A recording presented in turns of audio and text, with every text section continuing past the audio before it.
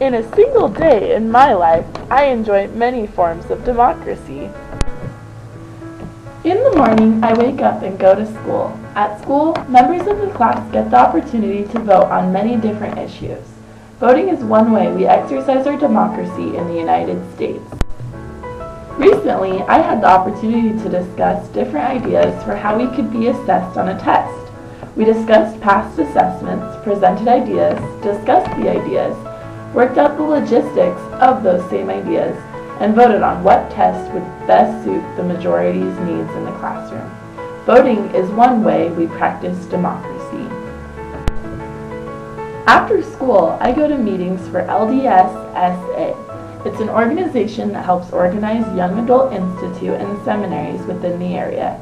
I was voted into the position and have the opportunity to help make decisions on a council that affect those around me. We decide different classes that will be offered, making budgeting decisions, and advertise to the public various events and promotions that are currently going on at the institute. The council has many members, so not one person has all of the power. We have breakfast together and work on being united as a team. This represents democracy as part of a republic where there are voted members that make responsible decisions for the greater good. It also represents e pluribus unum, or out of many, one. On LDSSA Council, we are united. In the evening, I go to the public library. Public libraries are an amazing symbol of democracy. Civic buildings provide goods and services. We go there to borrow books that the city or community owns with the promise to return them when we finish. We pay taxes in the community to be able to have workers at the library and keep the community maintained. Just because we live in a democracy doesn't mean everything is perfectly happy.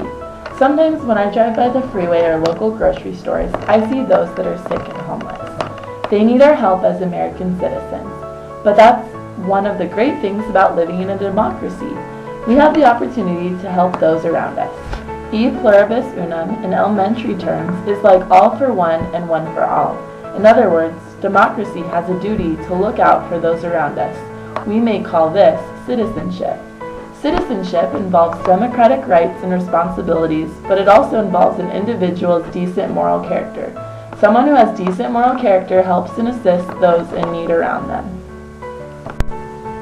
At the end of a long day, I come home to a heated apartment with running water and plenty of food in the fridge. After enjoying unnecessary novelties, I end my day reading the scriptures of my religious beliefs or by attending different religious services.